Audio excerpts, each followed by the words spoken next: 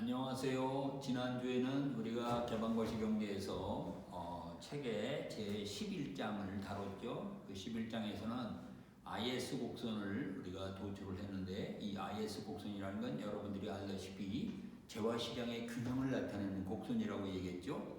그래서 재화시장에서 재화의 수요와 재화의 공급이 일치되는 그러한 그 궤적을 우리가 이자율과 소득의 평면에서 그린 우하향하는 곡선이 IS 곡선이라고 얘기했어요. 그러니까 우리가 그 말을 다시 뒤집어서 얘기하면은 IS 곡선을 떠났다는 것은 재화시장에서 지금 균형이 사라졌다, 즉 불균형이다라고 우리가 얘기할 수 있겠죠. 그래서 우리가 지난 시간에 도출한 IS 곡선은 우하향하는 곡선으로서 여러분들이 기억하다시피 이러한 모습, 그리고 종축은 금리, 횡축은 소득에서 이 우하향하는 IS 곡선을 도출했고, 이 IS 곡선이 재화시장 균형이다, 그렇게 이야기를 했어요. 자, 오늘은 지난번에 우리가 말에 잠깐 언급을 하고 화폐 보유의 세 가지 동기에 대해서만 잠깐 이야기를 했는데, 이 화폐 시장의 균형을 우리가 보도록 하겠어요. 그래서 재화시장과 화폐 시장이 동시에 균형을 이룰 때 우리는 총수요가 이제 도출된다, 총수요 곡선이 도출된다, 우리가 그렇게 이야기를 할 수 있겠죠. 그래서 오늘 화폐 시장에서 우리가 화폐의 공급과 화폐의 수요가 균형을 이루는 그러한 균형점의 궤적을 우리가 LM 곡선으로 이제 도출하겠는데, 우선 지난 시간에 이야기한 바와 마찬가지로 LM 곡선에서는 우리가 화폐 수요 측면에서는 화폐의 세 가지 동기가, 보유 동기가 있다고 그랬죠. 거래적 동기, 그 다음에 우리가 예비적 동기, 그리고 이 거래적 동기와 예비적 동기는 소득 수준에 따라서 변화하는 그러한 화폐 수요이고, 그 다음에 사람들의 금리에 대한 이 자기 자산을 더 불리려고 하는 그러한 동기에 의해서 투자가 되는 그런 이 화폐 보유의 동기가 있는데, 우리는 그것을 갖다가 투기적 동기다라고 얘기를 한다고 그랬어요. 그래서 화폐 수요는 우리가 일반적으로 소득과 이자율의 함수다라고 얘기를 할 수 있어요. 그래서 금리는 이 투기적 동기에 의한 화폐 보유, 그 다음에 이 소득은 이 거래적 동기와 예비적 동기에 의한 화폐 보유, 이것을 우리가 화폐 수요 함수다라고 얘기를 할 수 있겠고, 화폐 수요는 금리에 대해서 항상 금리가 높아지면은 금융자산을 보유하려고 하다 보니까, 채권이나 주식이나 이런 것을 보유하려고 하다 보니까 화폐 보유가 작아지고, 반대로 금리가 낮아지면 사람들이 유동성을 선호해서 오히려 금리가 낮은 데 대해서 이런 유동성 자산을 더 보유하려고 하고, 화폐를 보유하려고 하고, 반대로 우리가 이 금융자산인 이러한 채권이나 주식은 덜 보유하려고 하는 그런 경향 때문에 금리와 화폐 수요는 항상 반비례 관계가 있고, 소득은 반대로 소득이 높아지면 거래 목적, 예비적 동기에 의한 목적에 의해서 화폐 보유가 늘어난다. 그러니까 소득이 늘어나게 되는 경우에는 화폐 수요가 증가된다. 우리가 그렇게 이야기를 할 수가 있겠어요. 자, 그러면 우리가 이 화폐 시장과 LM 곡선에서 우리가 화폐 수요는 이런 식으로 우리가 이야기를 할 수가 있겠어요. 자, 그런데 이 화폐 수요를 우리가 그 세 가지 동기에서 이렇게 쓸 수 있지만, 우리가 요 금리에 대해서 차단을 해보면은, 자, 이 화폐 수요는 금리의 반비례 함수라고 이야기를 했죠. 그것은 사람들이 금리가 높아지면은 사람들이 화폐 보유에 대한 기회비용이 높아지기 때문에 가급적이면 화폐로 보유하지 않고 오히려 금융자산인 증권이나 채권을 보유하려고 하기 때문이고, 반대로 따라서 금리가 낮아지면 유동성을 선호하는 그런 관계로 화폐 수요가 늘어난다. 우리가 그렇게 이야기를 할 수가 있다고 그랬어요. 자, 그러면 우리가 이것을 정리해보면, 지금까지 한 얘기를 정리해보면, 화폐 공급은 중앙은행이 화폐 정책, 통화 정책에 의해서 자기네가 고정을 시켜서 하게 되는데, 만약에 중앙은행이 뭐 1년에 100조 원을 갖다가 100조 원을 공급하기로 했다. 그러면 이 화폐 공급은 고정되어 있다는 얘기예요. 그래서 화폐 공급 MS는 일정한 X로서 고정되어 있는 그런 값이고, 또 이 ISLN 곡선에서 물가는 일정하다고 가정하기 때문에, 따라서 요 실질 화폐 공급이라고 볼 수 있는 요 P와 M은 우리가 일정하다라고 얘기를 할 수 있겠고, 따라서 요 화폐 공급 또 통화 공급은 일정한 값을 갖는, 그래서 금리와는 상관없이 항상 일정한 모습의 화폐 공급이 된다. 그래서 우리가 여기서 금리와 소득 간의 관계를 나타내는 이 곡선에서 금리와 소득이 아니라 금리와 실질 화폐 공급 간의 관계를 우리가 나타낸다면, 금리와 상관없이 화폐 공급은, 실질 화폐 공급은 일정하다는 거예요. 그래서 이것을 갖다가 우리가 P바분의 MS다. 그래서 우리가 실질 화폐 공급 또는 우리가 실질 화폐 잔고다, 책에서는 그렇게 설명을 하고 있죠. 실질 화폐 잔고다. 그래서 이 실질 화폐 잔고를 나타내는 화폐 공급 곡선은 금리가 높아지든 또는 낮아지든 상관없이 항상 일정한 수준을 갖는 그러한 화폐 공급의 모습을 갖는다. 그래서 화폐 공급 곡선은 이렇게 수직의 모습을 갖는다. 이에 반해서 화폐 수요는 우리가 지금 이야기한 대로 이 화폐 수요를 우리가 L이라고 얘기한다면, 화폐 수요 함수는 우리가 금리의 역관계다라고 얘기할 수 있기 때문에, 자, 그리고 여기다가 지금 화폐 수요를 조금 더 보완해서 얘기한다면, 이것은 소득과 항상 정의 관계를 갖는, 그래서 소득이 높아지면 화폐 수요가 늘어나고, 소득이 낮아지면 화폐 수요가 낮아지는 그런 모습을 갖는 그런 화폐 수요 함수가 된다고 얘기를 할 수 있어요. 그래서 이 화폐 수요 함수를 여기다가 그려보면은, 화폐 수요 함수는 자, 금리와, 여기다 지금 우리가 화폐 수요 함수를 그린다면 금리와는 항상 반비례 관계에 있다고 얘기를 했기 때문에, 따라서 금리가 높아지면 화폐 수요가 줄어들고, 금리가 낮아지면 화폐 수요가 증가하는 그런 우하향하는 모습의 화폐 수요 함수를 우리가 여기다가 표시할 수 있어요. 그래서 화폐 수요 함수는 이렇게 우하향하는 모습이 바로 이 화폐 수요 함수다.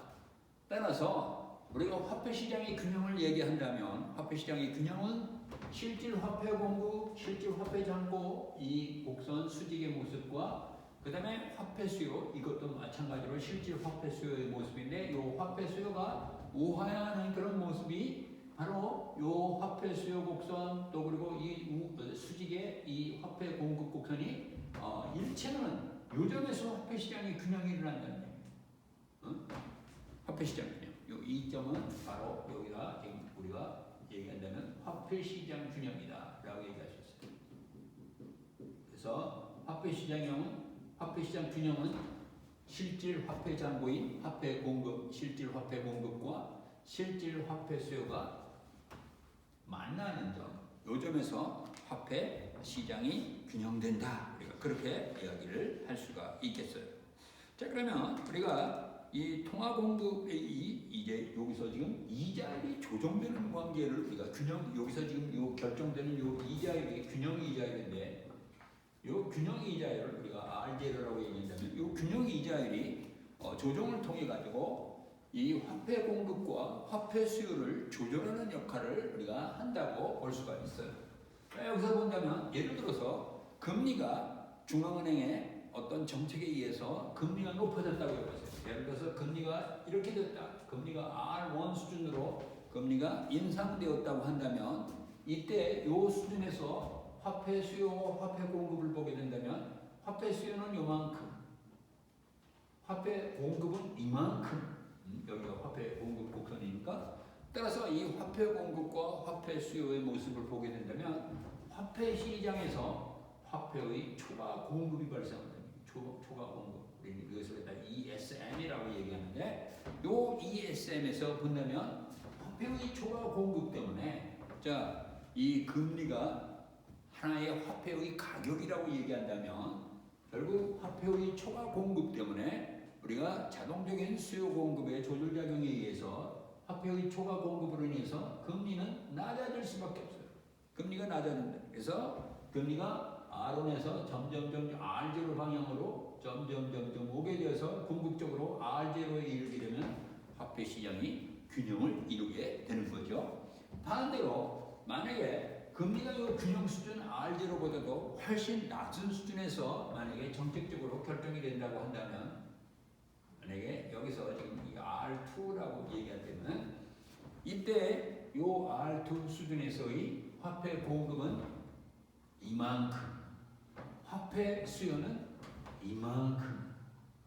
그래서 화폐 수요가 화폐 공급을 초과하고 있음을 우리가 볼 수가 있다는 얘기예요. 그래서 이 화폐 수요와 화폐 공급을 비교해 보면 화폐 수요가 화폐 공급을 오히려 초과하고 있음을 볼 수가 있다는 거예요. 화폐 수요가 화폐 공급을 초과한다.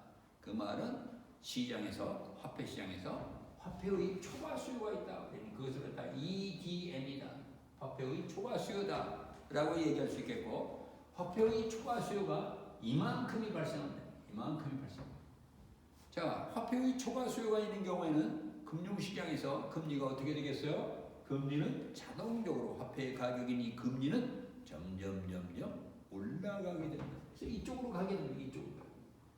그래서 점점 이쪽으로 가게 됨에 따라서 화폐의 초과 수요가 줄어들게 되어가지고 궁극적으로는 요 이점 화폐 시장의 균형점에 도달하게 되는데 이때 결정되는 금리가 R0다. 그런 의미에서 본다면 요 화폐 공급 곡선과 화폐 수요 곡선을 감안한 요 금리의 조정을 통해서 화폐 시장이 어떻게 균형되고 조절되는가를 우리가 알 수가 있다는 얘기예요. 그래서 요 균형 화폐 시장, 요 균형 화폐, 균형 화폐 시장의 균형 요점이 바로 요 화폐 공급과 화폐 수요가 일치되는 점이고 이자율의 조정을 통해 가지고 화폐 시장에 균형되는 그런 과정을 우리가 볼 수가 있다는 얘기입니다.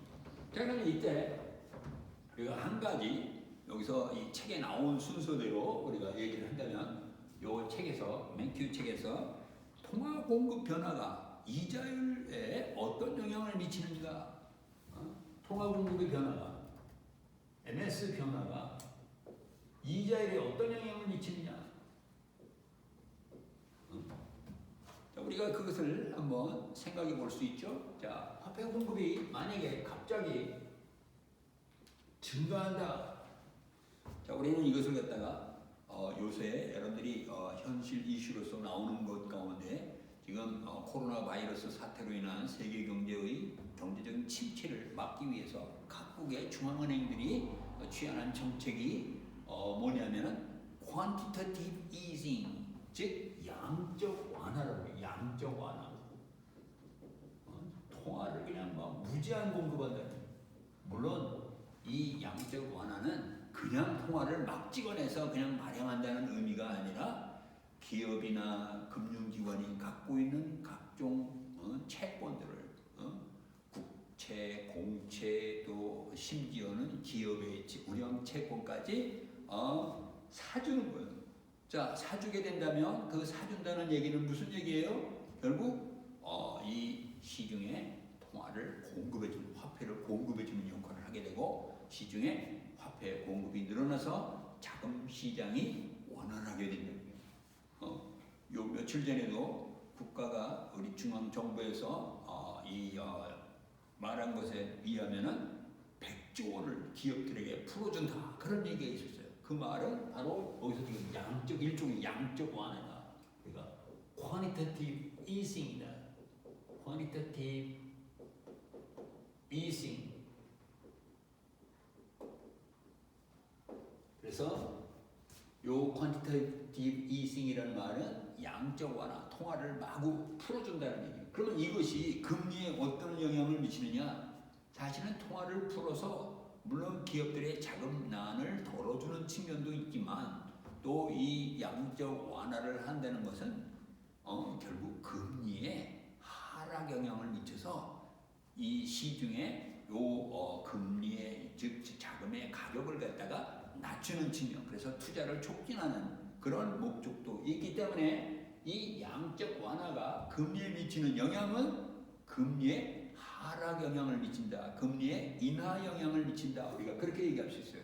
자, 그럼 우리가 지금 배운 요 화폐 공급과 화폐 수요가 어떤 식으로 이것이 결국 금리의 하락을 가져오는가, 그것을 우리가 잠깐 보자. 이것을 우리가 본다면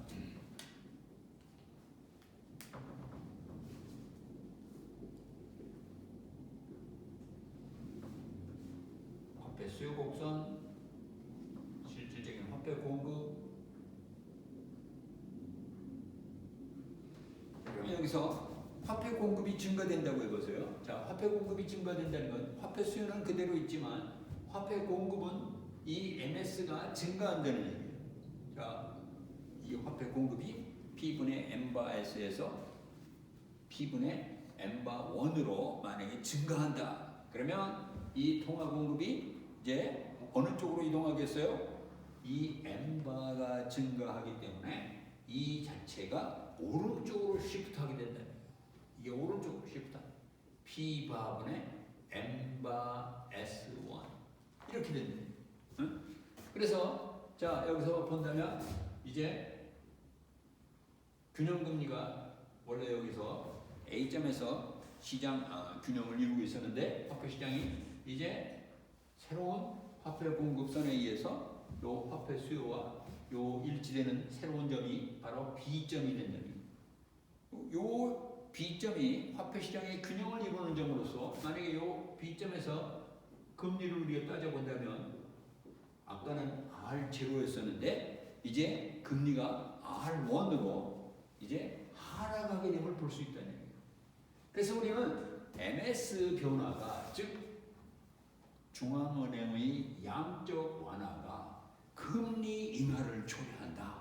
그래서 시중에 자금 숨통을 틔워주고 그래서 요 금리 인하를 통해 가지고 투자를 자극해서 시중에 얼어붙은 경기를 풀어주는 그런 역할을 하는 것을 우리가 볼 수 있는데 바로 이것은 통화량 변화가 결국 이 양적 완화를 통해 가지고 금리 인하를 초래한다는 것을 우리가 여기서 지금 화폐 수요, 화폐 공급의 관계를 통해서 볼 수가 있는 거죠. 자, 그래서 우리가 이 통화량 변화가 이자에 미치는 효과를 봤고 이제 우리가 LM 곡선을 우리가 도출해 보겠습니다. LM 곡선의 도출. LM 곡선의 도출. 자, LM 곡선은 금리가 변화하게 됨에 따라서 소득이 이 화폐 시장에서 어떤 영향을 받게 되는가 하는 것을 여기서 지금 얘기하고 있는 것이 바로 요 LM 곡선인데 요 LM 곡선의 도출을 우리가 잠깐 본다면 LM 곡선의 도출은 화폐 시장에서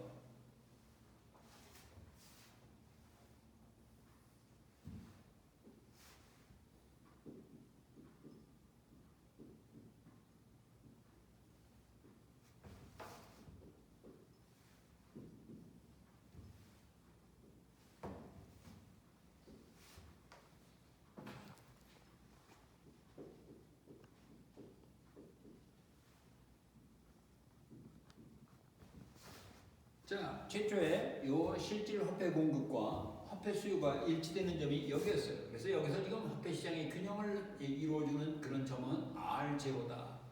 그리고 여기가 바로 이제 시장이 화폐 시장이 균형을 이루는 그런 점이다. 자, 여기서 만약에 소득이 증가했다고 해보죠. 소득이 증가했어요. 그래서 우리가 요걸 갖다가 우리가 화폐 수요 함수는 이렇게 최초의 소득 수준일 때 여기에서 여기에 화폐 수요가 이렇게 된다. 자, 그런데 소득이 증가했어요. 소득이. 자, 소득이 증가했다면 소득 증가에 따라서 이 실질 화폐 수요 곡선은 자, 소득이 증가하게 되면 거래적 보유의 동기에 의한 그런 화폐 수요가 증가하기 때문에 화폐 수요가 증가한다는 거예요. 그래서 LRY0가 LRY1으로 변하게 된다는 거예요. 이런 식으로 변한다는 거예요. LRY1. 소득 증가에 따라서 소득이 Y0에서 Y1으로 증가하게 되면 요 Y0에서 Y1으로 증가하게 됨에 따라서 화폐 수요가 증가한다는 거예요. 화폐 수요가 증가. 그러면 새로운 화폐 수요 함수와 기존의 화폐 공급 곡선 간이 일치하는 그런 점은 여기가 된다는 거예요. 새로운 균형점이에요. 자, 새로운 균형점에서 보면은 금리가 R1으로 높아졌어요. 자, R1으로 높아지니까 따라서 소득이 높아짐에 따라서 자, 소득이 예를 들어서 여기서 지금 본다면 소득이 Y0일 때 자, 소득이 Y0일 때 요 소득이 Y0에서 요 균형점이 요 점이다. 우리가 그렇게 얘기할 수 있어요. A점이 대응하는 요 A'점이 화폐 시장의 균형을 나타내는 그러한 점이 되겠고, 그 다음에 금리가 소득이 높아짐에 따라서 금리가 높아졌으니까 만약에 우리가 소득이 Y1으로 변하게 된다면 새로운 요 균형점은 B'점이 된다. 이런 식으로 화폐 시장이 소득의 변화에 따라서 금리가 어떻게 되는가 하는 것을 우리가 보게 된다면 결국 이 모습은 자, 이런 식으로 계속해서 화폐 수요가 변화하게 된다면 소득이 높아짐에 따라서 화폐 수요가 커지게 된다면 점점점 금리는 높아지는 모습을 우리가 볼 수 있겠고, 따라서 이러한 조정 과정을 우리가 요 평면에다가 그리게 된다면 그 모습은 어떤 모습이 되는가? 바로 요 A'점, B'점 이것을 연결한 모습, 이것은 바로 이런 모습의 곡선이 된다. 그래서 우리가 요 빨간 선으로 표시된 요 선, 우리는 이것을 갖다가 LM 곡선이다 라고 얘기하는데, 요 LM 곡선은 화폐 시장의 균형을 나타내는 점이다. 우리가 그렇게 얘기를 할 수가 있겠어요. 그래서 요 빨간 선으로 표시된 요 LM 곡선은 곧 화폐 시장의 균형을 나타내는 요 R과 Y의 조합점이다 라고 이야기를 할 수 있겠고, 자, 이 말을 또 뒤집어서 얘기한다면 요 화폐 시장의 균형을 나타내는 그러한 점을 벗어난다면, 요 LM 곡선을 벗어나게 된다면 화폐 시장의 불균형이 된다라고 이야기를 할 수 있을 거예요. 자, 예를 들어서 우리가 만약에 요 A'점보다도 금리가 만약에 요 균형을 벗어나서 여기다, 금리가 여기에서 만약에 있다라고 해보세요. 자, 금리가 여기에 있다면, 자, 금리가 높다는 얘기는 우리가 무슨 얘기냐? 화폐 수요 함수에서 자, 금리가 높다면, 자, 금리가 비싸지게 되면은 요 화폐 수요가 줄어들게 되죠. 그러면 요 P바분의 M바와 화폐 공급을 나타내는 이것과 이 화폐 수요를 나타내는 여기에서 금리가 높아지니까, 금리가 높아짐에 따라서 자, 금리가 높아지니까 화폐 수요가 줄어들게 되고, 화폐 수요가 줄어들게 되니까 이 관계가 통화 공급이 증가되는, 그래서 화폐의 초과 공급이 된다는 얘기예요. 여기서 그래서 우리는 이 왼쪽 LM 곡선의 왼쪽 영역은 바로 통화의 또 화폐의 초과 공급 영역이다. 우리가 그렇게 얘기할 수 있겠고, 반대로 이쪽 영역, 예를 들어서 요 균형보다도 소득이 더 많다. Y0에서 Y1으로 증가한 그런 점이다 라고 얘기한다면 소득이 증가했어요. 소득.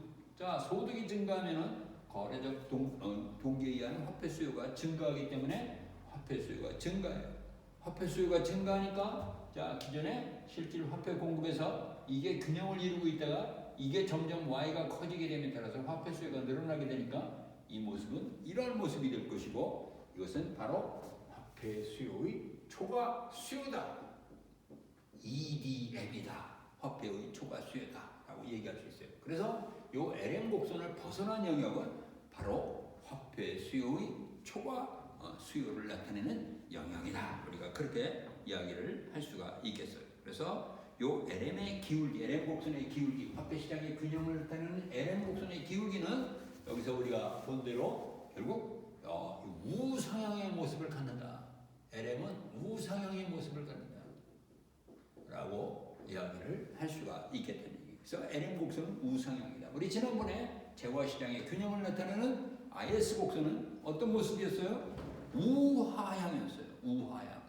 그런데 화폐 시장의 균형을 나타내는 LM 곡선은 우상향이에요. 서로 상반된 모습을 갖고 있죠.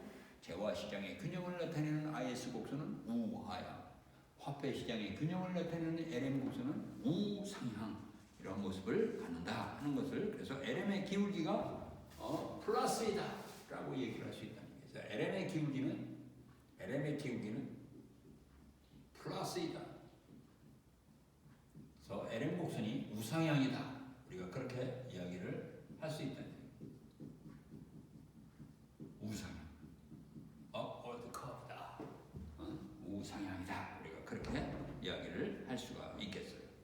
자, 그러면 우리가 이것을 가지고서 이제 LM 곡선이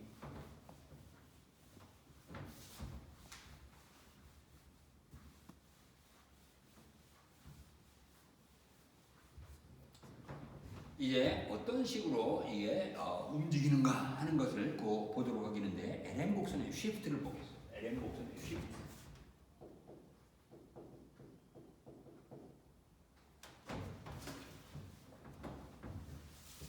LM 곡선의 쉬프트. 자, 쉬프트라는 것은 여러분들이 알다시피 외생 변수가 변화하게 됨에 따라서 이 곡선 자체가 이동하는 것을 우리가 쉬프트라고 얘기해요. 쉬프트. 이 곡선 자체가 이동하는 여기서 그러면은 두 가지 외생 변수를 얘기하겠는데 이 두 가지 외생 변수는 화폐 시장에서 보면은 여기서 지금 요 화폐 수요는 내생 변수가 R과 Y니까 외생 변수로서는 요 N바와 P바가 되겠어요. 그래서 이것들이 변화하게 된다면 화폐 시장의 균형을 나타내는 LM 곡선은 어떤 모습을 갖겠는가 하는 것을 우리가 한번 보도록 하겠어요. 그래서 첫 번째로 L 곡선의 쉬프트를 우리가 보는 목적에서 자, MS바가 변화하게 된다면 예를 들어서 중앙은행이 양적 완화를 만약에 고려해서 양적 완화를 단행하게 된다면 이 LM 곡선은 화폐 시장의 균형을 나타내는 LM 곡선은 어떠한 모습을 갖겠는가 우리가 그것을 한번 보자는 얘기예요.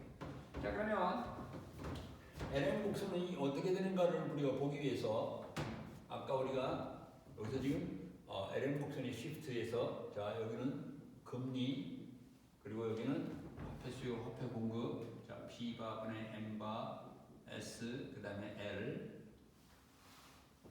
그 다음에 여기는 LM 곡선을 IS와 LM 곡선을 우리가 여기서 보도록 하자. 그러면 여기서 먼저 LM 곡선을 우리가 여기서 어떤 식으로 변화시키는가? MS 변화가 통화량 변화가 MS 곡선을 또 L 곡선을 통해 가지고 화폐 수요, 화폐 공급의 곡선을 통해 가지고 요 LM 곡선에 어떤 쉬프트를 가져오는가 우리가 그것을 보도록 하겠어요. 자, MS 곡선이 여러분들이 알다시피 수직의 모습을 갖는다고 했죠. 항상 일정한 통화량을 갖기 때문에 따라서 요 통화 공급 곡선은 수직의 모습을 갖는다. 이에 반해서 화폐 수요 함수는 우하향의 모습을 우하향. 그래서 이런 모습을 갖는 겁니다. 자, 그런데 이제 여기서 MS가 증가했다고 했어요. MS가 증가했다. 자, MS가 증가하게 된다면 여기서 지금 이때 이 상태는 금리가 균형금리가 R0였어요. MS가 MS0에서 MS1으로 증가했다고 해보자는 얘기예요. 자, MS0에서 MS1으로 증가했다. 그러면 여기서 요 통화공급선 요것이 P바분의 MS1 이런 모습이 된다는 얘기예요. 그러면 새로운 화폐 시장에서의 균형은 이제 여기가 된다는 얘기예요. B점이 된다는 얘기예요. 자, B점이 되는 경우에 자, 금리가 어떻게 됐어요? 금리가 낮아졌다라고 얘기를 하셨습니다. 자, 그러면 우리가 화폐 공급이 증가할 때 화폐 LN 곡선은 사실은 여기서 지금 본다면 이 LN 곡선은 여기서 R0인데 여기 R1이 된다. 그러니까 우리가 지금 R1이고 자, 소득이 일정할 때 Y0 수준에서 아까 우상향하는 그런 모습을 가졌어요. 그러면 자, 금리가 여기서 지금 통화량이 증가됨으로써 통화 공급이 증가됨으로써 이제 균형 금리가 R0에서 R1으로 하락했기 때문에 따라서 요 화폐 시장의 균형을 나타내는 새로운 LN 곡선은 여기를 통과한다. 아까 여기 A.6이 여기 B'점이라고 얘기한다면 바로 요 B'점을 통과하는 LN 곡선이 되기 때문에 따라서 그 모습은 여기서는 요 B'점을 통과하는 이런 모습이 된다. 우리가 그렇게 이야기할 수가 있겠어요. 그래서 새로운 LN 곡선은 LM1이 된다. 자, 그러면 우리가 여기서 알 수 있는 것은 통화량의 공급이 증가하는 경우에 화폐 공급이 증가하는 경우에는 결국 LM 곡선이 오른쪽으로 시프트한다. 또 아래쪽으로 시프트한다. 우리가 그렇게 이야기를 할 수가 있겠다는 거예요. 그래서 양적 완화가 단행되는 경우에는 LM 곡선은 오른쪽으로 시프트한다 하는 얘기를 우리가 할 수가 있겠어요. 아래쪽으로 시프트한다는 얘기예요. 그럼 거꾸로 만약에 중앙은행이 그 반대의 정책을 쓴다면, 즉 양적 완화를 이제 축소하는, 통화 긴축을 하는 그러한 정책을 쓰게 된다면 이 LM 곡선은 어떤 모습이 되겠어요? 여기서 그 반대로 이것이 왼쪽으로 이동하기 때문에 왼쪽으로 이동하게 되면 여러분들이 알다시피 요 금리가 올라간다는 얘기예요. 그래서 금리가 올라가게 되니까 자연히 금리가 올라가게 됨에 따라서 여기서 지금 새로운 요 R2는 요 R2를 통과하는 LM 곡선은 이러한 모습이 됩니다. LM2 그렇죠? 그래서 이 금융 긴축을 하게 되는 경우에는 이런 식으로 금리가 높아져서 이 LM 곡선은 왼쪽으로 쉬프트하고 반대로 금융 완화를 통해서 양적 완화를 통해 가지고 통화량을 시중에 더 충분히 공급하는 경우에는 이 LM 곡선은 오른쪽으로 쉬프트한다 하는 것을 우리가 여기서 알 수가 있다. 그래서 LM 곡선의 쉬프트는 MS 변화와 밀접한 관련이 있다라고 이야기를 할 수가 있겠어요. 두 번째 우리가 P의 변화, 이 ISLM 곡선에서 항상 가정하는 것 중에 하나가 요 P의 변화가 여기에도 또 영향을 미친다라고 얘기할 수 있는데 우리가 LM 곡선을 우리가 보게 된다면 LM 곡선은 항상 요 실질 화폐 공급과 실질 화폐 수요를 나타내는 LRY 곡선의 요 관계에서 우리가 그래프를 얘기를 할 수가 있겠는데, 자 여기서 우리가 본다면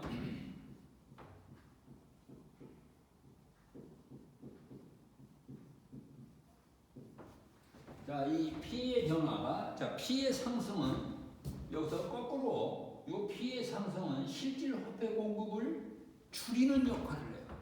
양적 완화의 축소라고 우리가 얘기할 수 있겠죠.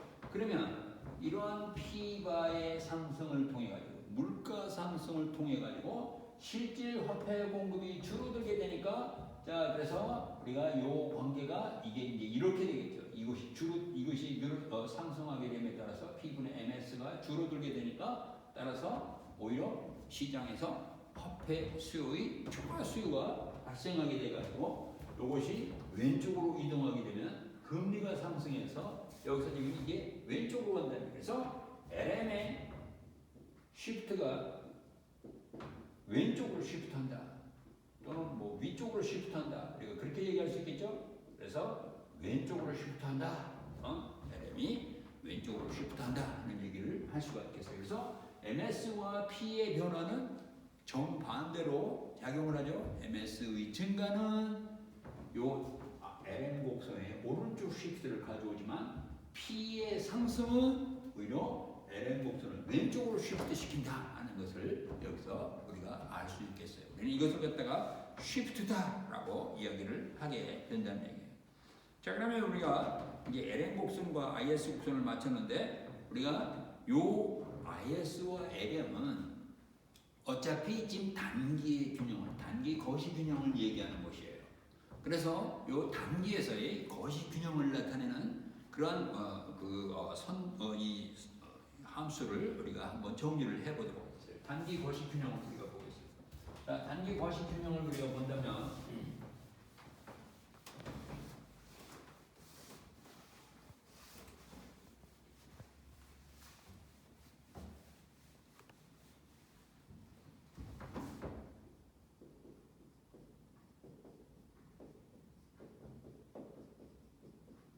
단기 거시 균형을 나타내는 그런 함수들을 우리가 본다면 y는 자 IS 곡선은 우리가 생산물의 공급 y와 생산물의 수요, 즉 소비 수요는 우리 지난번에 얘기한 바와 마찬가지로 여기 가처분 소득의 함수다. 소득에서 조세를 뺀 나머지를 우리가 가처분 소득이라고 얘기하는데 요 가처분 소득의 함수다.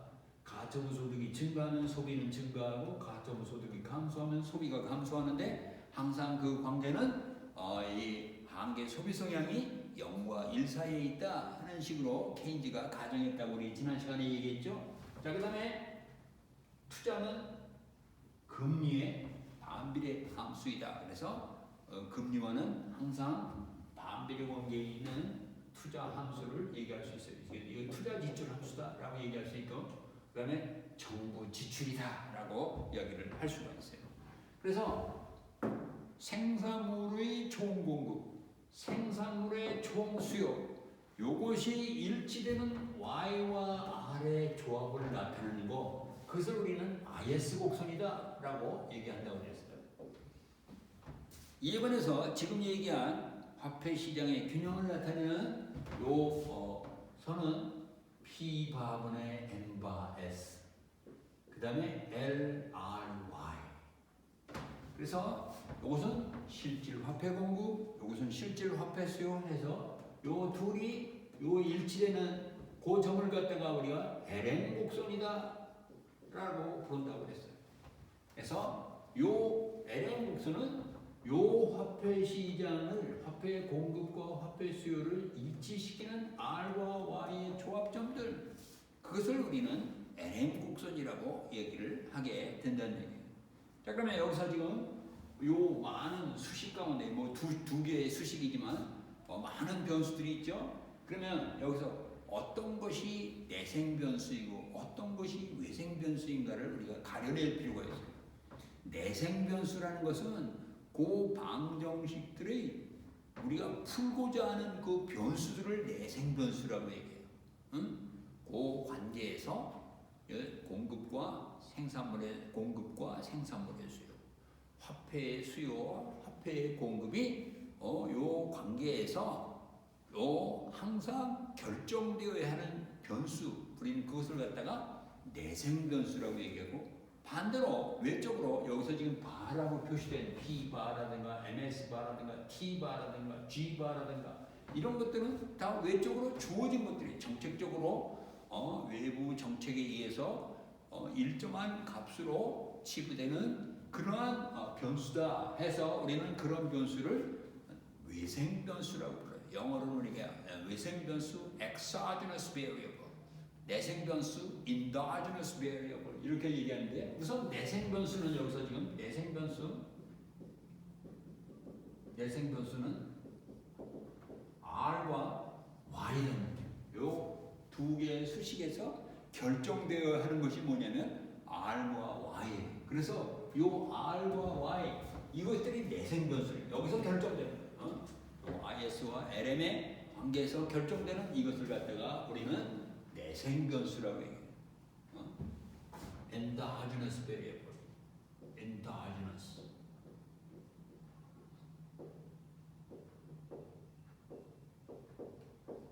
그래서 이 내생 변수라고 얘기하고, 이에 반해서 외생 변수, 외적으로 주어진 변수,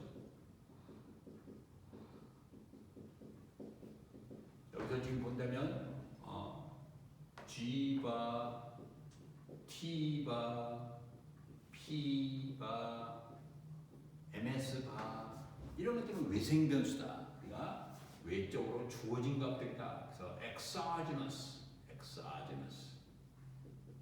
variable이다라고 우리가 부른다는 얘기예요. 그래서 요 내생 변수와 외생 변수를 우리가 얘기를 할 수 있겠고, 결국 여기서 IS와 LM 곡선의 교차점, 이 교차점이 결국은 거시경제 균형이다 라고 얘기를 할 수가 있겠는데, 이때 이 거시경제 균형은 수요 균형이고 또 단기 균형이다 라고 얘기할 수 있겠어요. 단기에서 이루어지는 수요의 균형을 나타내는 그러한 이 교차점. 자, 그럼 우리가 그래프로 그려본다면 요 IS와 LM은 자 R과 Y에서 자 IS 곡선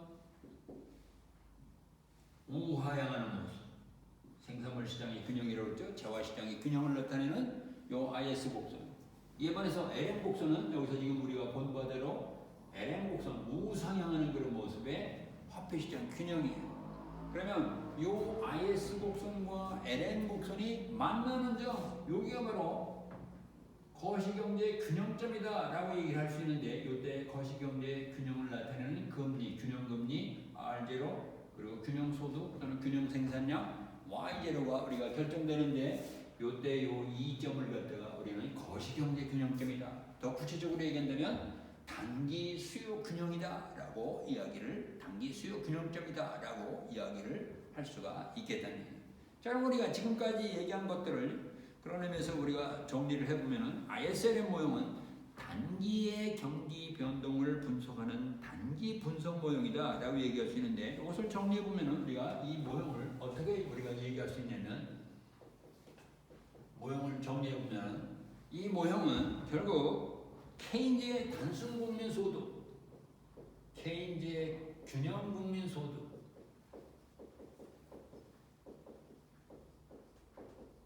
모형으로부터 우리는 IS 곡선을 도출해요. 또 케인즈의 유동성 선호 이론, 유동성 선호 이론에서 우리는 LM 곡선을 도출한다.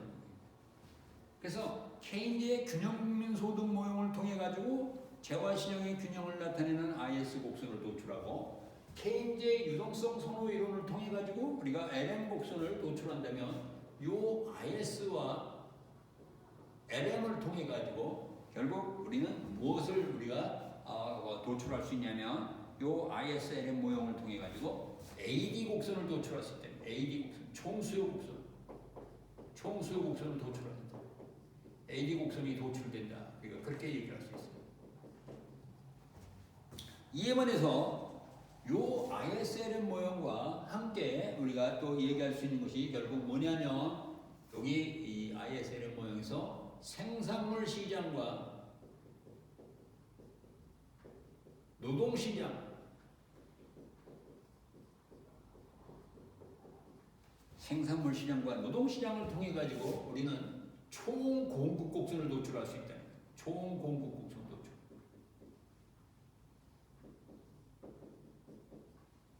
그래서 요 AD 곡선이라는 건 총 수요, AS 곡선이라는 건 총 공급. 그래서 요 AD 곡선과 AS 곡선의, 여기서 지금 본다면 AD, AS 곡선이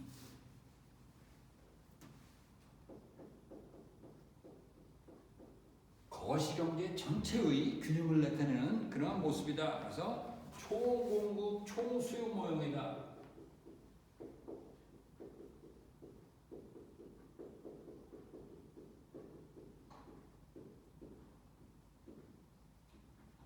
총공급, 총수요 모형이다. 우리가 그렇게 얘기할 수 있겠고, 이것을 통해 가지고 우리는 단기간에 결국 경기 변동을 설명한다는 얘기예요.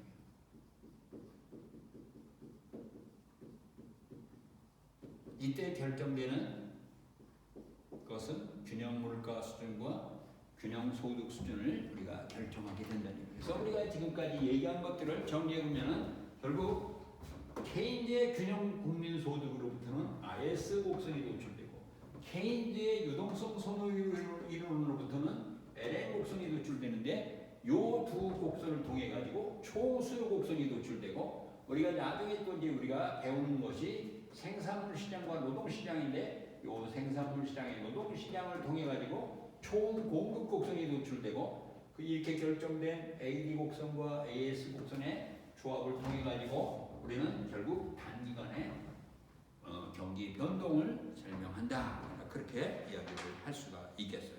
자, 그래서 우리가 제2장을 마치고 이제 제3장 IS LM 모형의 응용으로 우리가 들어가도록 하겠어요.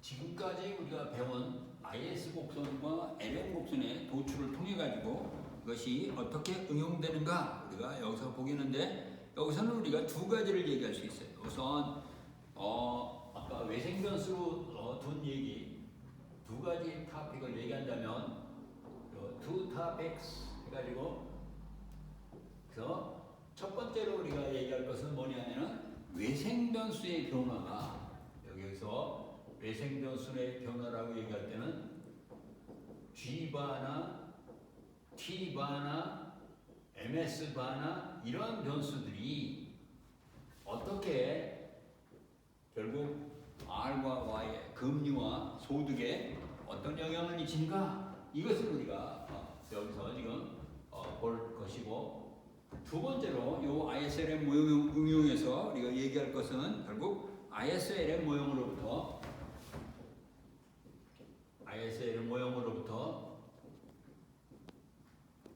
총수요 곡선이 어떻게 도출되는가? 요 두 가지 주제를 우리가 나머지 시간에 우리가 보도록 하겠다는 얘기입니다.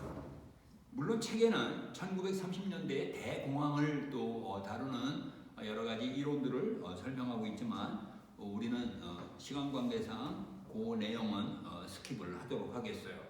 자, 그래서 이 본론의 본 대지에 충실하기 위해서 우리가 대공황 문제는 나중에 여러분들이 시간이 있을 때 그것을 만약에 시간이 있다면 다루겠고 그렇지 않은 경우는 우리가 스킵을 하게 되는 거예요.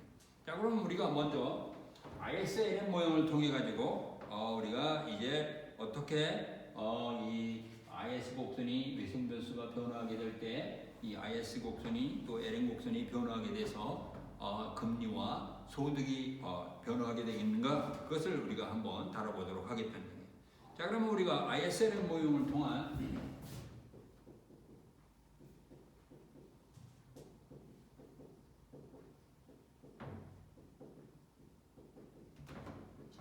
ISLM 모형을 통한 우리가 이제 경제 변동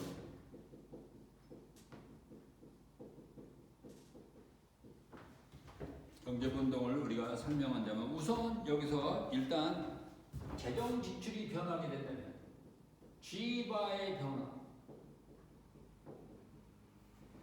정부 재정 지출이 갑작스럽게 이제 확장적 재정 정책을 써서 재정 지출이 증가하게 된다면 이것이 R과 Y에 어떤 영향을 미치느냐 그것을 우리가 보도록 하겠습니다. 자, 그러면 자 R과 Y에서 IS 곡선은 우하향하는 모습 그리고 LM 곡선은 우상향하는 모습. 자, 정부 재정 지출이 증가하게 된다는 얘기예요.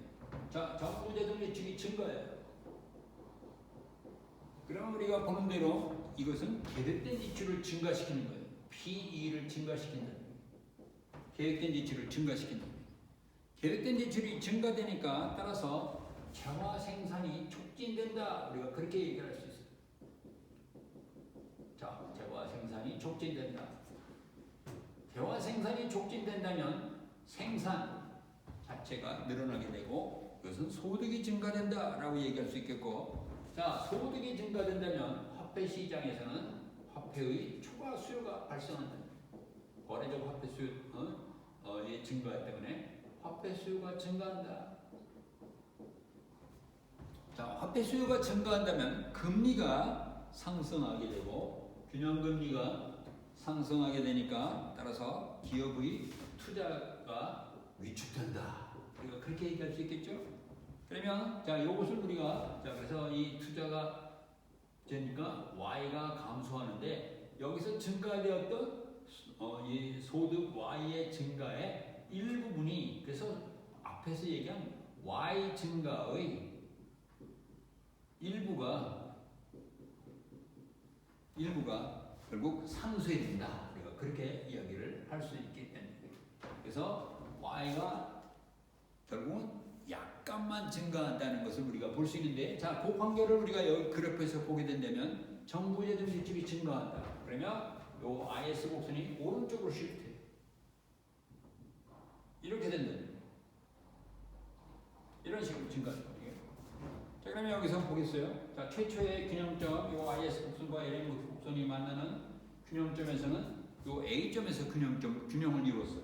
그래서 우리가 여기서 본다면 균형 소득과 균형 이자율은 우리가 R0, Y0 라고 얘기할 수 있는데, 자, 만약에 우리가 그냥 오로지 요 재화 시장만 고려하게 됐을 때 금리가 일정하다고 할 때 그때 소득은 얼만큼 증가하느냐? 이만큼 증가한다는 이만큼. 응? 이만큼 증가. Y0에서 Y0 프라임으로 우리 지난번에 승수 효과에 의해서 그 승수는 자 델타 G에 곱하기 1 마이너스 MPC분의 1만큼 증가합니다. 그래서 우리는 이것을 갖다가 델타 Y. 그래서 소득의 증가가 그 소득이 증가된 요 소득의 증가가 얼마만큼 이만큼이라는 거예요. Y0에서 Y0 프라임으로 Y0에서 Y0 프라임으로 증가한다는 이만큼 증가한다는 이만큼. 그런데 자, 이 과정에서 우리가 본다면 정부 재정 지출의 증가에 따라서 소득이 증가하게 되지만 여기서 끝나는 것이 아니라 소득의 증가는 화폐 시장에서 화폐 수요의 증가를 초래해서 화폐 수요의 증가는 금리를 인상시키고 금리 인상은 투자를 감소시켜서 결국 여기 Y 증가의 일부가 상쇄된다. 그래서 여기서 지금 본다면 이게 어디로 가냐면 1로 간다는 얘기, 1로 가. 이 과정이 여기로 가서 결국 이 B점에 이르게 된다. 그래서 새로운 소득은 Y0에서 Y1으로 이동하는 것을 우리가 볼 수 있다는 겁니다.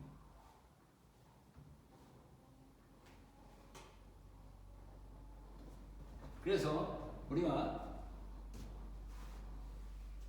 IS 곡선만 딱 이용하게 된다면 모르겠지만은 IS와 LM을 동시에 고려했을 때는 결국 재정 지출의 증가는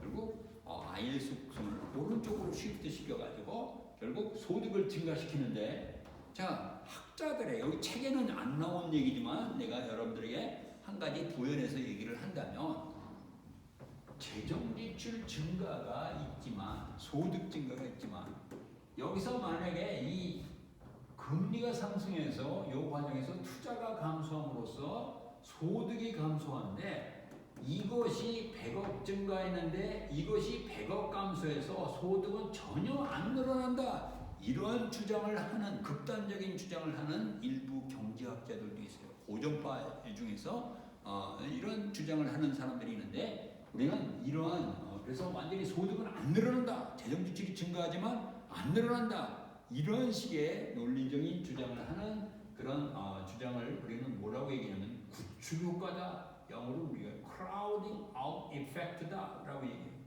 구축 효과다. 그렇지만 여기서는 책에서는 이 구축 효과는 안 일어나기 때문에 언급을 하지 않았어요. 그래서 구축 효과가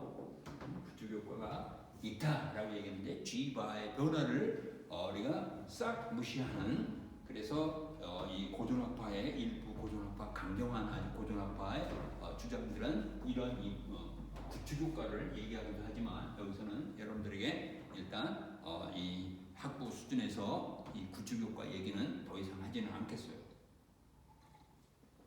자, 그러면 우리가 조세의 변화를 보겠어요. 두 번째, 조세의 변화.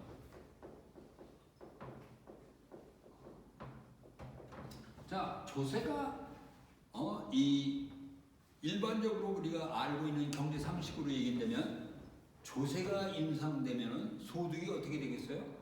소득이 감소된다는 얘기예요. 그렇죠? 세금이 자꾸만 늘어난다는 얘기는 결국은 국민들의 실질적인 소득이 감소된다라고 우리가 얘기를 할 수 있죠. 그러면 우리가 거꾸로 조세가 감소된다면 어떻게 되겠어요? 조세가 감소된다면 오히려 소득은 늘어난다. 우리가 그렇게 이야기를 할 수가 있겠어요. 그래서 우리가 이 소득 감소, 조세 감소가 소득에 어떤 영향을 미치느냐? 우리 지난번에 델타 Y는 우리가 이것을 얘기할 때 델타 T에 곱하기 1-MPC에서 MPC만큼. 그래서 우리는 이것을 갖다가 뭐라고 한다고 했어요? 조세 승수라고 그랬죠? 우리 지난 시간에 배운 거 조세 승수. 그럼 여기서는 조세가 감소한다. 자, 조세가 감소한다면 오히려 소득은 늘어나겠죠? 여기서 Y는 증가된다. 그래서 그 크기는 이렇게 된다. 그러면 자, 우리가 이 그래프도 마찬가지예요. 자, 여기서도 마찬가지로 조세가 감소된다면 Y가 늘어나니까 Y가 늘어난다는 얘기는 IS 곡선의 오른쪽 시프트를 가져온다.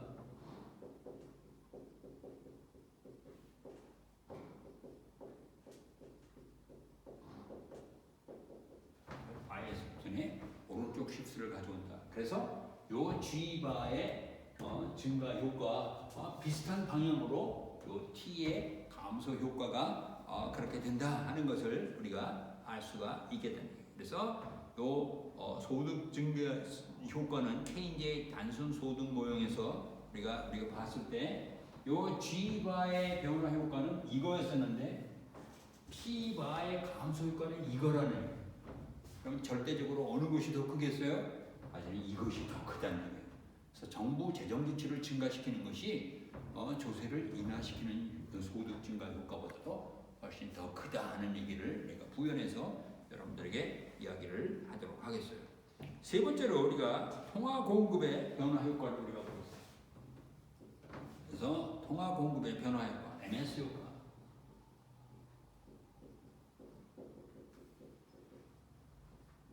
통화 공급의 변화 효과. 자, 통화 공급의 변화 효과는 우리가 알다시피 MS의 변화는 IS 곡선, 그 다음에 LN 곡선, R이고 여기가 Y다. 자, 통화 공급이 예를 들어서 증가한다. 아까 얘기한 quantitative easing, 즉 양적 완화를 통해 가지고 통화량을 늘린다. 자, 통화량을 늘리면 어떻게 되겠어요? 통화량을 늘리게 됨에 따라서 LN 곡선이 어느 쪽으로 쉬프트한다? 오른쪽으로 쉬프트한다. 그래서 우리가 LN 곡선이 오른쪽으로 쉬프트한다라는 얘기를 할 수 있겠고, 요 IS와 LN 균형점을 우리가 비교해 보면은 A와 B를 비교해 봤을 때 금리는 어떻게 되고? 금리는 낮아지고, 그렇죠?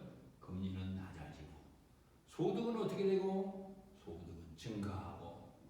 그래서 통화량이 증가하게 되는 경우에, 자, 통화량이 증가하게 되면은 우리는 요 실질 잔고가 커진다는 얘기예요. 그러니까 요것이 커진다라고 얘기할 수 있겠고, 화폐 시장에서 화폐의 초과 공급이 발생하게 되고, 화폐의 초과 공급이 발생하니까 금리가 낮아지고, 자, 금리가 낮아지니까 따라서 LN 곡선이 지금 여기서 보는 바와 마찬가지로 LM의 오른쪽, LM이 shift to the right, to the right, 오른쪽으로 LM0에서 LM1으로 이동하게 되고, LM의 오른쪽 이동 때문에 균형점이 이동한다. 그래서 균형점이 A점에서 B점으로 이동하는 A점에서 B점으로 이동하게 되고 따라서 이자율과 소득을 봤을 때 금리는 하락하게 되고 소득은 증가한다. 그런 얘기를 우리가 할 수가 있겠다는 얘기예요. 우리가 한 가지 여러분들이 용어를 여기서 한 가지 알아둬야 될 것이 뭐냐면 여기서 지금 얘기하는 대로 통합행장이 결국 금리를 인하하고 소득을 증가시켜서 생산을 촉진하는 그런 효과를 얘기하는데 우리는 이것을 갖다가 뭐라고 얘기하냐면 화폐 전달 구조다 또는 통화 전달 구조다라고 부른다. 화폐 전달 장치 또는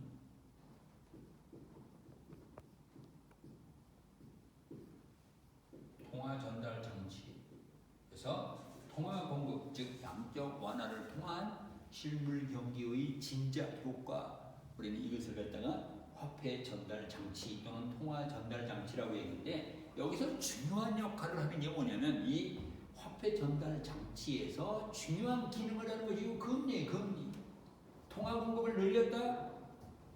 화폐 시장에서 금리가 인하되고 요 금리 인하는 결국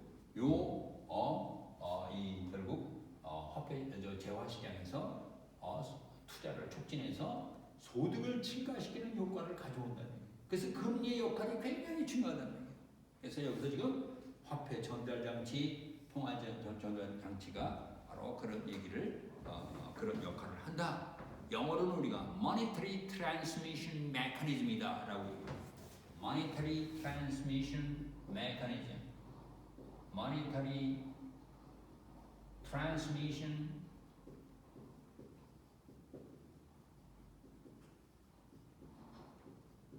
mechanism.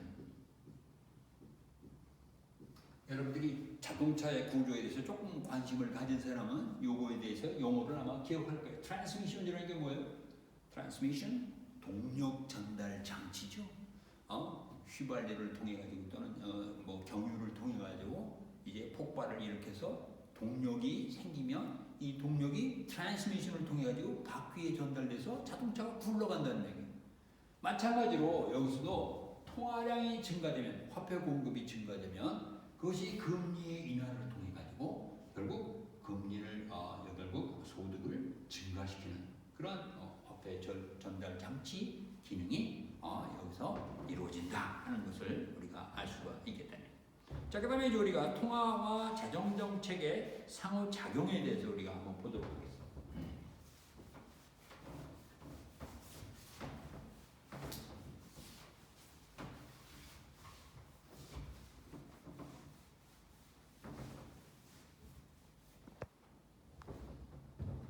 통화 및 재정 정책의 상호 작용.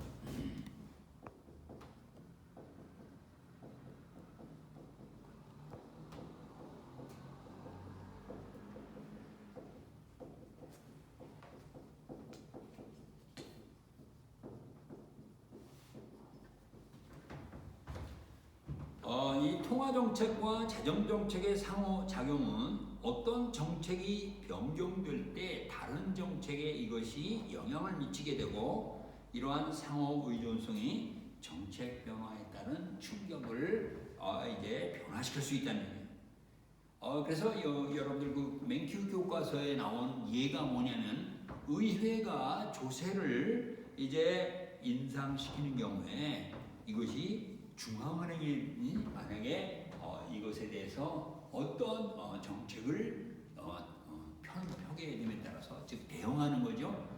이 의회의 조세 인상에 대한 중앙은행의 이제 대응이 어떤 결과를 가져오는 세 가지 케이스를 여기서 얘기하고 있어요. 자, 예를 들어서 중앙은행이 지금 의회가 조세를 인상했어요. 자신들의 그 의사를 이제 조세 인상이라는 우리 조세를 갖다 우리가 T라고 얘기해요. 조세를 인상했다는 거예요. 조세 인상이라는 표결을 해서 이것을 통과시켰어요. 그러면 결국 행정부는 이것을 이제 집행할 수밖에 없는 그런 상황인데 이때 이것에 대응하는 중앙은행이 어떤 정책을 펴는가가 우리가 세 케이스, 3 케이스를 우리가 보겠는데 첫 번째 케이스는 뭐냐면은 바로 중앙은행이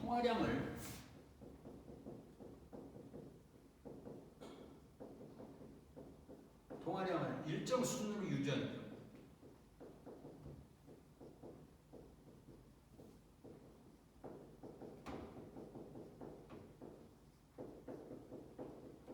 그러니까 중앙은행이 통화량을 일정 수준으로 그대로 그냥 무대응 그냥 옛날 정책 그대로 고수하게 된다면 이런 경우에 이 의회의 조세 인상과 중앙은행의 통화량 유지 정책이 서로 인터액션을 통해 가지고 어떤 결과를 초래하는가 그것을 우리가 본다는 겁니다. 자, 그러면 우리가 그래프를 본다면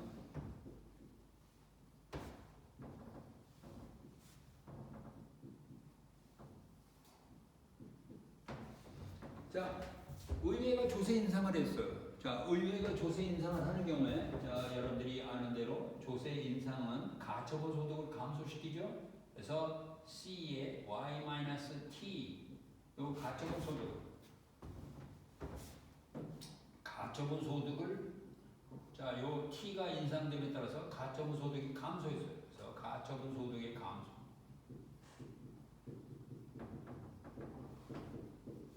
가처분 소득이 감소하니까 소비가 감소해요. 응? 소비가 감소하게 되고 이 소비가 감소하게 됨에 따라서 결국은 이 경기가 위축된다는 얘기예요. 경기 침체를 가져온다. 자, 그러면 우리가 여러분들이 C가 감소하게 되면 화폐 재화 시장에서 어떤 모습이 되겠어요? 자, 결국 여기서 가처분 T의 인상에 따라서 가처분 소득이 감소해서 C가 감소하니까 여기서 Y가 감소한다. 우리가 그렇게 얘기할 수 있겠고 이 관계는 우리가 여러분들이 아는 대로 IS 곡선이 어느 쪽 시프트? 왼쪽 시프트를 가져온다는 얘기예요. 그래서 IS 곡선이 shifts to the left.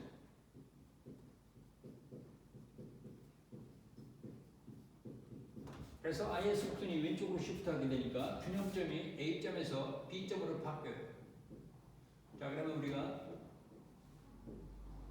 R과 Y를 비교해 본다면 R1, Y1 비교해 보니까 금리는 자, 그 결과 금리는 인하되고 소득도 줄었다는 얘기예요. 불경기가 나왔어. 불경기. 그러니까 의회가 조세 인상이라는 정책을 폈는데 그것에 대응하는 중앙은행은 그냥 옛날과 똑같은 동일한 수준의 통화량을 그대로 유지하는 경우에 결국 불경기가 초래된다. 경기가 침체된다. 우리가 그렇게 얘기를 할 수 있겠습니다. 그것이 첫 번째 케이스예요. 두 번째 케이스를 우리가 보겠습니다. 두 번째 케이스는 중앙은행이 이자율 수준을 그대로 유지하는 거예요. 중앙은행이 이자율을 그대로 유지하는 거예요. 중앙은행이 이자율 수준을 그대로 유지.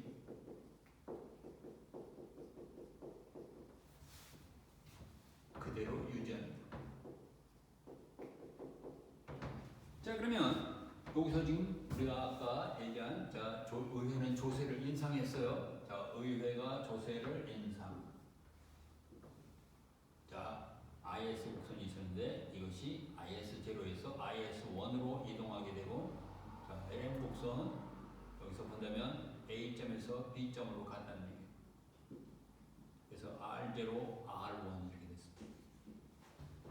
자, 그렇지만 여기서 지금 일단 중앙은행은 이자율 수준을 그대로 유지한다고 했으니까 이렇게 내릴 수가 없다는 얘기예요. 이렇게 내리는 것을 방치하지 않죠. 자, 그래서 금리를 그대로 유지하려면 이 수준으로 그대로 유지하려면 예전 수준을 유지하려면 어떻게 해야 돼요? 결국 여기서 지금 요 LM 곡선을 자, 여기 LM 곡선을 여기에서 자, LM 곡선을 이쪽으로 이동시켜야 된다는 얘기예요. 그러니까 금리를 자, 여기서 T가 상승했을 때 가처분 소득이 감소했어요. 그래서 경기 침체가 일어났는데 여기서 지금 요렇게 됐을 때 자, 여기에 대응해서 금리를 일정 수준으로, 금리 수준을 일정 수준으로 유지해요.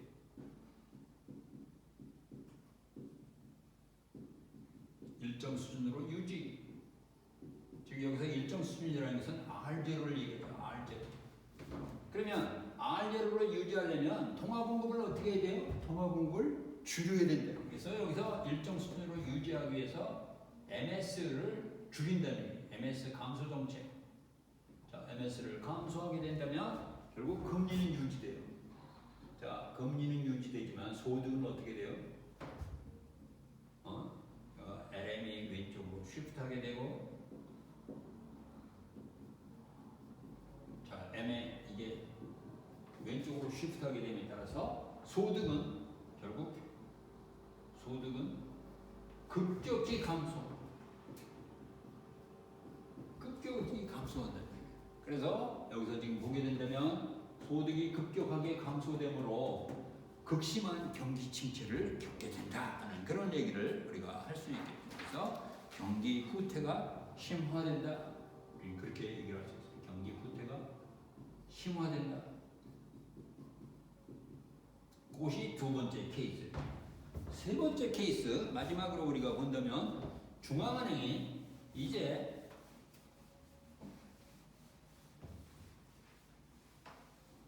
의회의 조세 인상에 대해서 어떤 정책을 쓰냐면 중앙은행이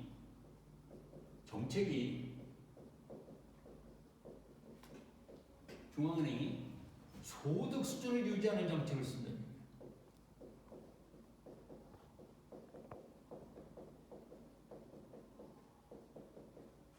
일정 소득을 유지하는 정책을 쓰게 된다면, 자, 그것을 우리가 그래프로 그려보면 어떤 모습이냐? 자, 여기서 지금 IS 곡선, LM 곡선. 그래서 자, 조세 인상 때문에 IS가 IS 제로로 이동했어요.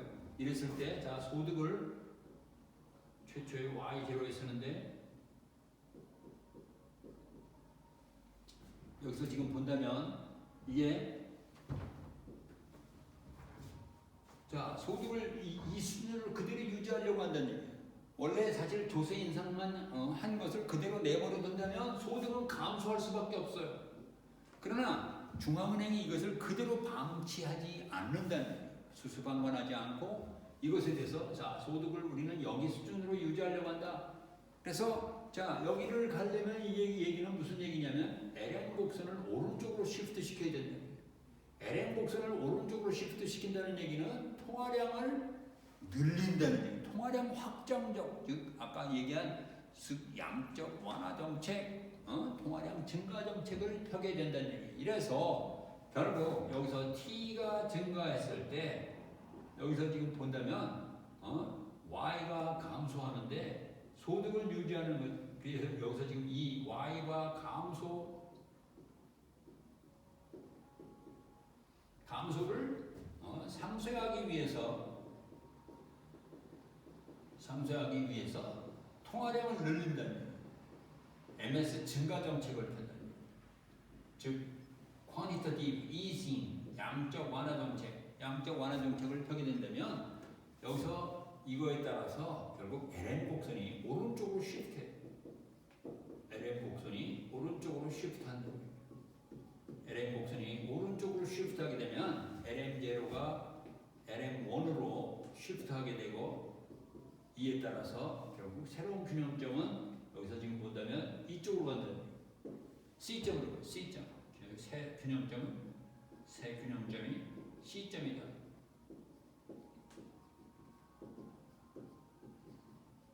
따라서 소득은 그대로 유지되지만 이때 우리가 한 가지 주목할 만한 사실은 금리가 어떻게 돼요? 금리가 급격히 인하된다 하는 것을 우리가 볼 수 있다는 거예요. 그러면 자, 여기서 지금 금리가 급격히 인하되는데 이 과정에서 우리가 알 수 있는 것이 뭐냐? 경제 구조 내에서의 자원 배분이 이제 달라진다 하는 얘기를 할 수 있어요. 경제 내의 자원 배분이 변화돼요. 경제 내의 자원 배분이 변화돼요.